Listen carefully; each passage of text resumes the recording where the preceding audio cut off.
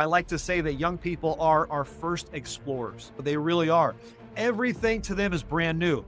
Oh, what happens if I climb this high? What happens if I put this in my mouth?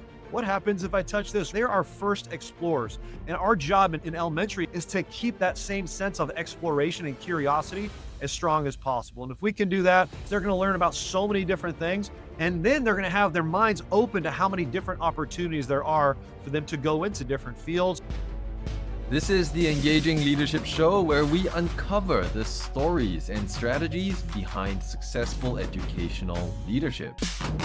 In today's episode, we learn about how one guest's experience in the service industry and football coaching has informed his approach to leadership, to be able to lead with empathy, to be able to lead with direction and motivation, and ultimately to be able to engender curiosity in kids for learning.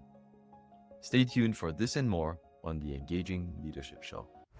Our guest today has over 18 years of experience in education, coaching, and leadership. He thrives on creating environments where educators, students, and families feel connected as partners in growth. On top of that, he spent a decade in the service industry and also managing real estate investments. These have sharpened his ability to lead, adapt under pressure, and to be able to connect with people from all walks of life. It's such a great pleasure and privilege to be having in our studio today, Nathen Ramezane. He's the principal of Ponderosa Elementary School in Santa Clara Unified School District out here in California. Nathen, welcome to the show. Thank you, CT. Appreciate you having me. All right. Tell us a little bit more about Ponderosa Elementary, more about the school, the community that you serve. Ponderosa is a really vibrant community. We're a large elementary for this area. We're over 500 students, very diverse. Over 30% of our students are English language learners or multi-language speakers. We have over 15 to 20% of our students that are qualified for special education services. It's very diverse and very proud of the community that we serve in. It's got great parent participation, a staff that's very collaborative and really tries to hone in on meeting the needs. The whole child is an important thing that we tend to is address, and students are developing from the inside out. And so making sure that we get to know our students, build relationships with them, and support them in all ways that we can to give them opportunities and access to be the best version of themselves and grow into the skill sets that are going to help them thrive in a future society. That's very cool. And one of the things about having a diverse community and a diverse student base is you get a lot of cross-pollination of ideas, a lot of innovation that comes out of it. And at the same time, it poses a leadership challenge because you're having to manage a huge range of different viewpoints and opinions. How do you maintain this sense of community engagement, parent engagement, and just bringing out and celebrating this diversity instead of having that as a challenge and constraint for your leadership? Yeah, that's a great question. And a big part of that, it starts with the fact that, yeah, we've got a lot of different voices and there's a lot of different backgrounds, experience levels, and needs. When you approach a community as diverse as ours with as many different leadership voices, as well as minority voices, you have to give opportunities for them to be heard. There are incredible ideas out there. And one of the things that I think you and I have spoken about before or mentioned in our early parts was that one of us is not as smart or as capable as all of us. And so when we all come together with an open mind and understand an intent to listen to each other, we're going to have a lot more ideas that come out, and we're going to be able to collaborate and make sure those ideas get formed to meet the best needs of our students, our staff, our community, and working together to do. But when you have that many different ideas, it can be challenging to navigate that. But with the wealth of diversity and wealth of ideas that brings, you really can get some really creative and innovative ways to support students and communities. Yeah, and let's unpack some of the tactics and strategies around pulling all of these diverse voices together. And you're coming specially qualified with a background in the service industry and having been in a position where you've had to work with customers of all walks of life. And now you're serving in a different capacity as a principal and having to pull all of this diverse opinions and viewpoints together. How do you do that, like from a tactical perspective, in terms of the listening mechanisms that you have, as well as how do you prioritize what you're hearing from all the different stakeholders that are involved? That's another good one to try and unpack. And there's a lot there. Providing opportunities for the community to share their ideas and their feedback. And that's both constructive and positive. We need to know what we're doing right so that we can strengthen it and build on it. And we need to know where students or families or staff were particularly challenged or maybe did not get what we wanted out of it. And so we need to be open to that constructive feedback. In a lot of ways, we try to say we are mirrors when we get praise. We want to reflect if something came back, I want to thank these other people for helping that. And we want to be sponges when we get something that's constructive. So if you're telling me I need to improve on something or we have an area for growth or there's a way to improve it, let me really take that in and work with it. But providing the opportunity. So maybe that's online surveys, maybe that's speaking to people in person at advisory committees, before, after school meetings, principal chats, community get togethers. So we have our PTSA and our PEPCO teams both throw community events. We have stay and play events where students can stick around and now parents get to meet other parents within their grade level and beyond. A lot of our teachers hold celebrations of reading or of writing. So after a specific unit, teachers will invite the parents to that class so that they can see what their students have created. And so those are opportunities for them to get together, see what their students are doing in the classroom. But those really build those opportunities for them to connect as a community when it's PTSA or PEPCO events, connect with me at principal chats or other advisory committees where I'm going to give a speech or talk about things, and then connect with their staff members or their teachers at those kind of celebration events. Or our fourth grade had a wax museum assembly where every one of our fourth graders took on the knowledge of a historical character and then made a board around it and then created a presentation. And not just the fourth grade families came, but other families came. All of our students got to go through. And so it's just really fun, engaging opportunities for now for those students and those families to see what's happening, be a part of it, and to provide feedback to us or the staff about how things can get improved or get better. That's amazing. So, certainly sounds like there are a lot of touch points that you have going out there in a very deliberate way to engage families and parents. And you've been on this job now coming to a couple of years. And how has all of this feedback and listening and staying on top of the pulse of the community, how has it informed your vision for how the school should progress from here? That's a good one too. You mentioned my leadership journey and the things that I've been through. When I came to Ponderosa, I researched as much as I could as they were recruiting principals and seeing who's going to be the right fit. I read up into it as much as I could. I touched base with former principals and tried to get to know the community and its constituents as much as possible. And I knew that I was going to bring a set of experience that I thought was going to be valuable as a community builder, as a relationship builder, and as a servant leader. I saw those things as being three kind of core tenets that this community was going to need. But the fact that I've been here now for 2 years and I'm still kind of learning on the job and learning from not just my staff and my community members, but learning from the kids each day. The lessons that we teach are sometimes not as important as the ones we learned from our young people because that helps us get better to be able to give to them. But my leadership style, I feel pretty malleable and adaptable, but really at the core of it, I'm trying to serve my community, serve my students, serve my staff, and serve them in a way that is going to help them, empower them to be their best, but also collaborate and work together, knowing that that collective effort is going to make a big difference as they move forward. Got it. So it's almost like to take a very zen look at all of this. For you, it sounds like the journey in itself of collaborating, coming together, helping staff and students lead the best lives that they can, in itself is the journey and the destination.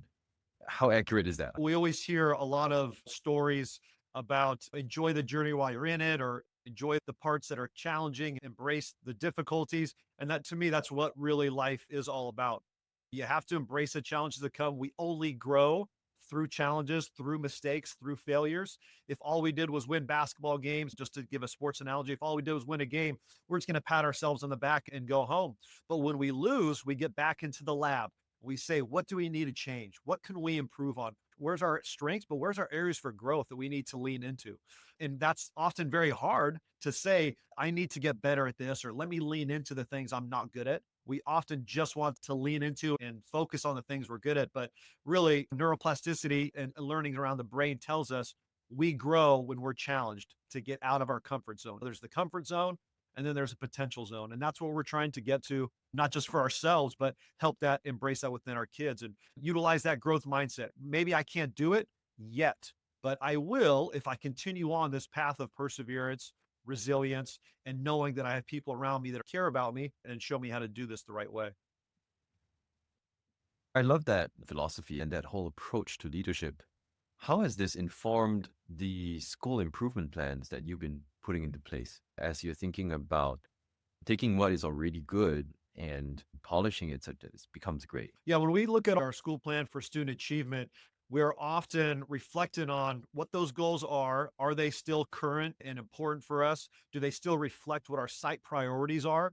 And so when I came to Ponderosa, there was a SIPS that was already there. I inherited it and I reviewed it and looked at it and said, okay, how are we doing towards these goals? And through the course of the year, we had some attempts at making those goals happen. Now, in the spring of last year, we really took a deep dive with our school site council, our site leadership team, and my ELAC committee. And we said, we're going to change some of these goals. And so we updated them to being in four kind of quadrants. We said, we're going to have an overall school goal that really is attentive to all students. We want to see a percentage of growth in one of our special assessments that we use. We said we're going to have a second goal that's going to be really directed towards our students that are most needy, our target students, right? Those students that are low socioeconomic, English or multi-language learners, students with disabilities, or foster youth. And so we have a second goal that's designed specifically to help support those students. We had a third goal that is based around supporting our students' social emotional wellness and absenteeism. Statewide, the chronic absenteeism is really high. Now, in our community, it's much lower than the state average, but we still had a room for growth. And we know that students are not going to be able to learn if they're not here at school, to be able to give them opportunities. So we need to build some of those relationships to get them here on campus. A kid that wants to come to school is going to find a way or is going to convince their family that they want to be able to get here. They're going to make that much more likely to happen. So that was that third goal. And then the fourth goal was really for our family and student engagement to rise up as much as possible.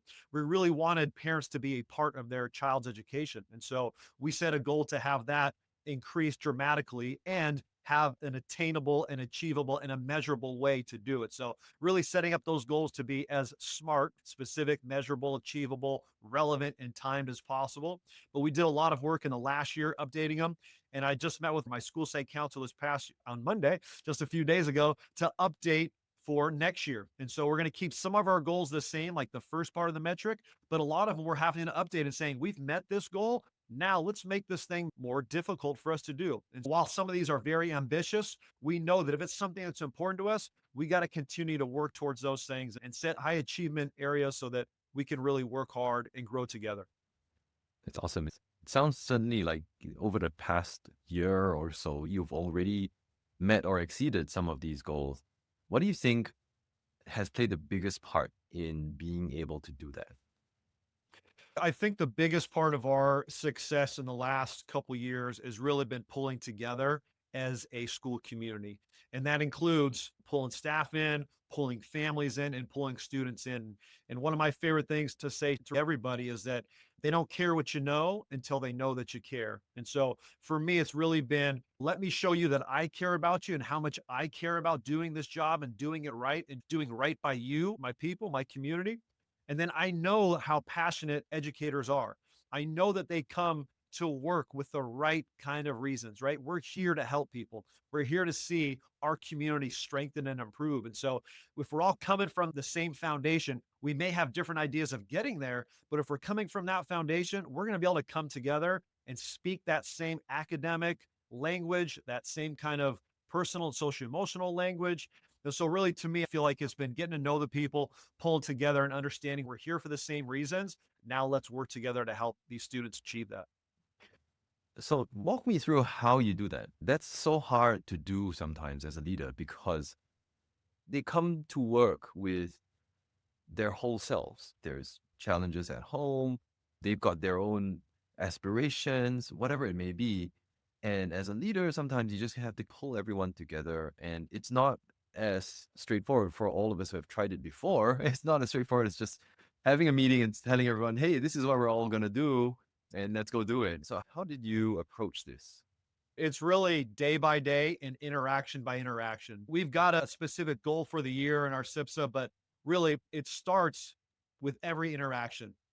And each day and each moment and each time that you have that special opportunity to talk to that person, talk to that student, deliver that lesson, it's really living in the moment, being present for every one of those interactions. Because without those things, if we look too far ahead, then we're going to miss what's right in front of us. To me, it's just about being as present as possible in the work that we do with one another and then with our kids or with our students. It starts from the moment that they leave home that things are going on in the world that are going on around us. But if we can provide that environment here at school where the focus on learning, on attentiveness, on supporting them and helping them understand the core values that we're bringing to the organization and to the team and have them reflected that through. So we have to be models for what we want our students to be reflecting. And I think our staff does a fantastic job of doing that. And I'm just a steward of that team and of that work. This really sounds great. Like you have the whole team pulling in the same direction. And one of the other elements of once you've gotten that alignment is really what are some of the leading indicators of success that we want to watch. So you have that using MTSS language, like your tier one goals, which you have for all your students. Then you also have goals for your most needy target students. You have social, emotional, and absenteeism goals and engagement goals for your family and students. Are there any metrics that you watch to know that you're going to be on track to succeed over the course of the year? I love that question because that's really true talk about what we're addressing right now. I mentioned in my SIPSA goals, we have an overall student achievement goal and we have an achievement goal for our minority groups or our students with disabilities group or English learners. We have our social emotional wellness goal, and then we have our family connectedness goal. The metrics that we use for us, for our academic goals, we use iReady. And so that gives us an assessment that we can use 3 times or 4 times throughout the year to measure student progress. And that's on grade level goals. So we can see what their progress is on different standards. And the beauty in that is that can then be broken down into different skill sets, right? So maybe it's decoding, maybe it's blending, maybe it's fluency. So we can really dive in, which is really important for schools to do, dive into their data for academics and see where are our students needing to grow, what areas for improvements. For the academics, it's really broken down, I would say, over iReady. We use other assessment, but that's our main one. But the others, which I find just as important or more important, are those more connections and relationship based goals. And so for us, we decided that our social emotional wellness goal was going to be tied around the chronic absenteeism. And if kids aren't in school, which we mentioned, they're not going to be able to learn, right? And even if a fifth grader has missed 20% of school days, first through fifth grade, they've missed over a whole year of school. And so when we start seeing those numbers, especially early on, or kinder, first grade, second grade, we want to address it right away. What are the family's barriers to getting that student to school? How can we help or support them? Or what can we do to improve this? And for us, it's not just the family outreach, but it's the student, right? What do we need to do to connect with the student so they feel good about being in school? They know that people care about them. And so our metric that we've been using for the last 2 years now is chronic absenteeism. Last year, my first year here, we saw 3% improvement. So it decreased 3%. This year, we have seen an improvement by almost 7%. So I'm really proud of the work that we're doing around our chronic absenteeism to see that much of an improvement in students coming to school. And then the other metric there for the family engagement was what percentage of our parents are participating in our students' classroom. And so that can be as a parent volunteer, that can be attending an event on campus, a principal talk, being a part of one of our advisory committees, coming to a stay and play, coming to one of our celebrations, whether that's with their specific classroom or one of our others, like I mentioned, the fourth grade wax museum. And so what we did was we had a baseline of about 30%. This year, we're already at 65% of our families have participated in their students' classroom, which is fantastic. Now we're going to continue to build on that. We already have ideas to make that a difficult goal for next year, but to have that amount of growth and to have that high of a number in a community as diverse as ours, I'm really proud of the steps that we're taking to address those things, but also knowing we have room for growth and we're going to work hard to improve that. Yeah, that's amazing to hear. 65% participation over the year. It's incredible.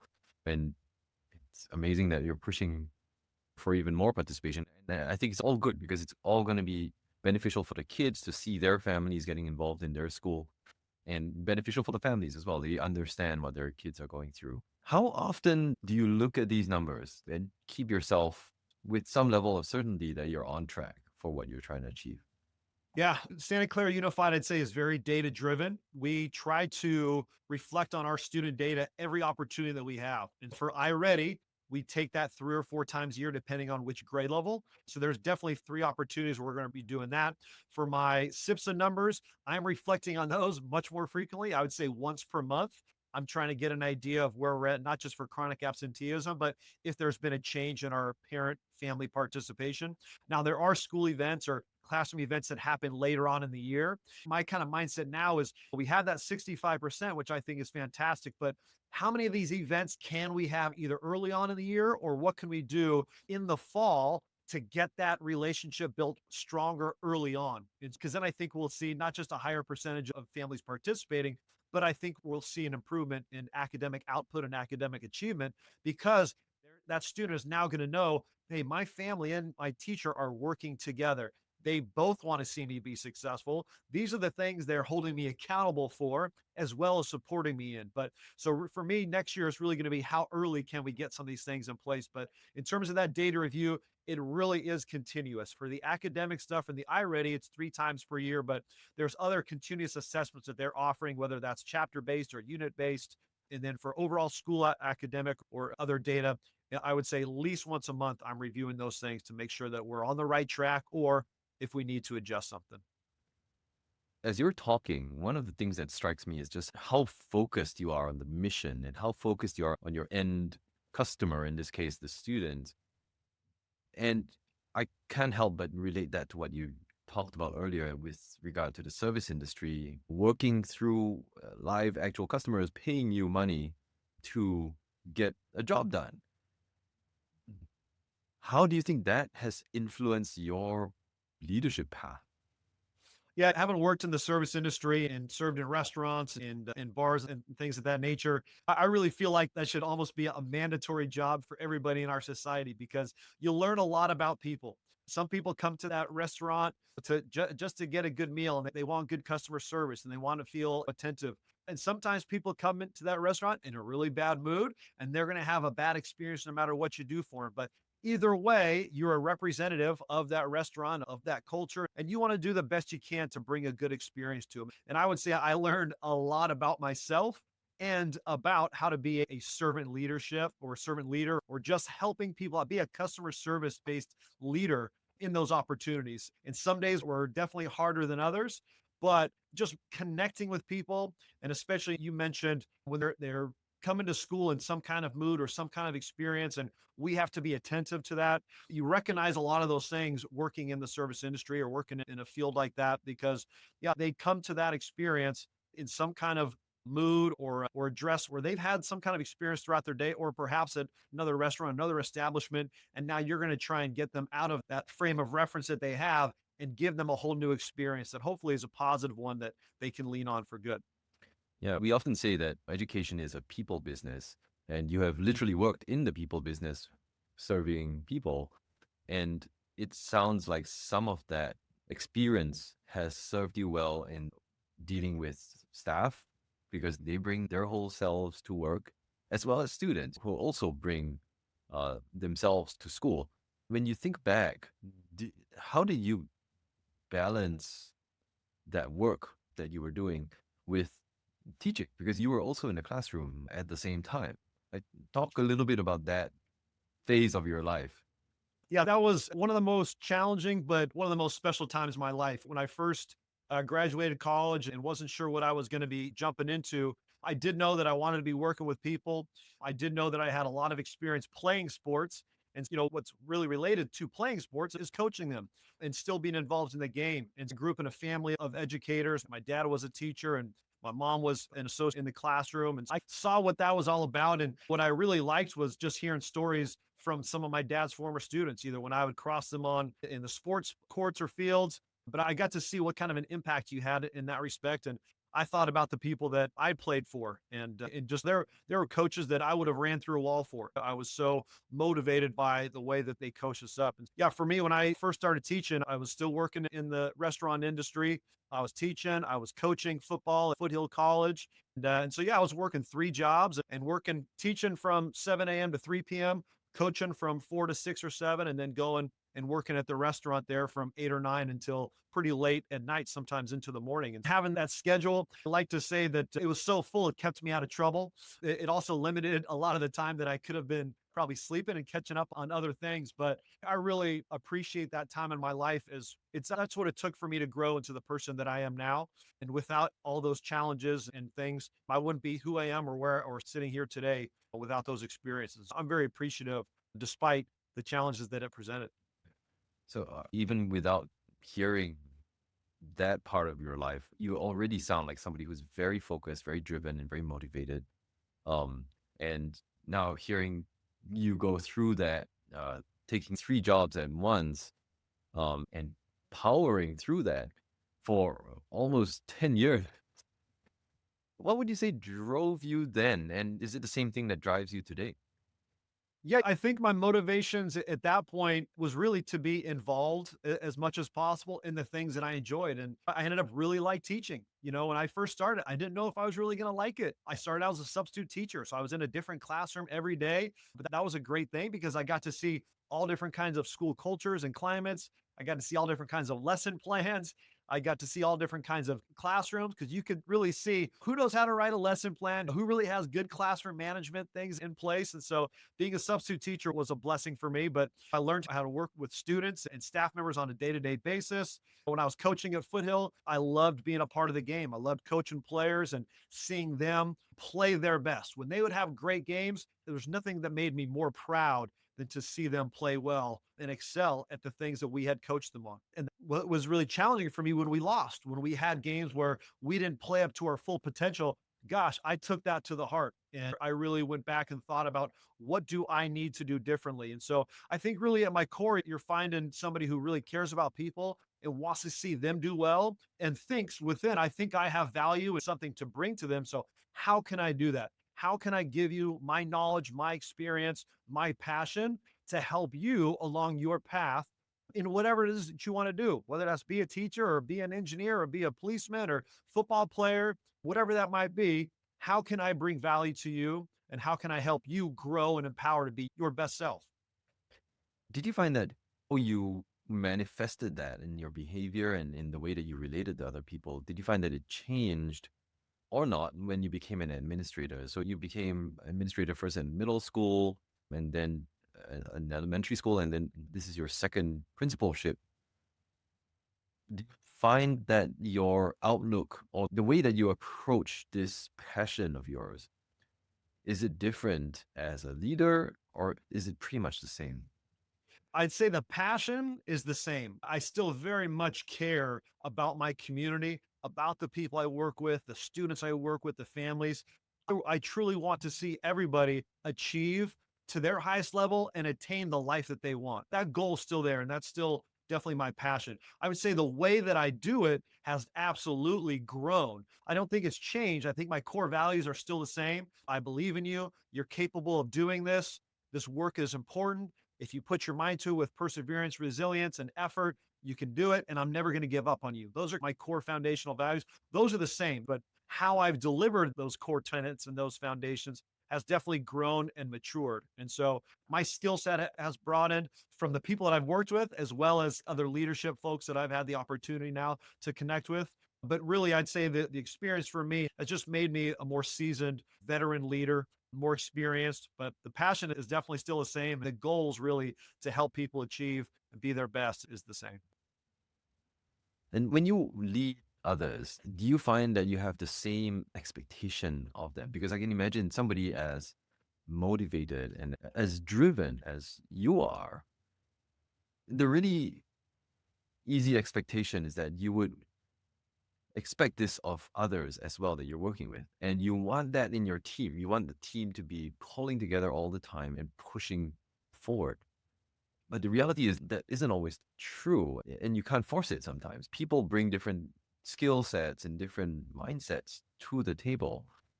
How do you adapt to them and their unique capabilities as an individual versus, or do you just expect that everyone's on board with your energy and your motivation?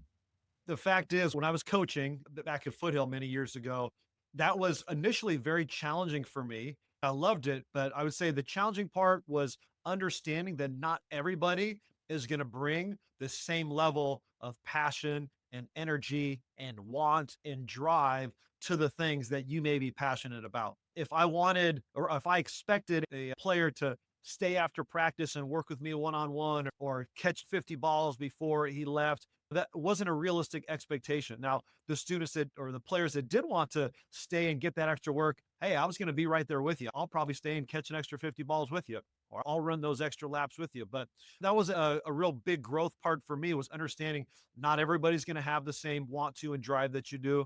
And not everybody's going to have the same ability either. I was fortunate to play pretty high level football. I played at UC Davis on scholarship there. And so I played high level. Now, was I the highest level, the elite? I didn't make it to the NFL, but there's levels to these things, and you have to understand that people are going to bring their skill set, their drive, and their passion to their projects, but it's not going to be yours. And so, really, it's thinking about how can we motivate them just to get the most out of their talent. Let's maximize their talent and maximize their passion and interest in it. And when it's young people, when I thought about my teaching, how can I get somebody curious about this and make them interested in it? Maybe it's not passion that they have for it, but how can I make you interested in learning about this new science or this new math or this new way of doing something?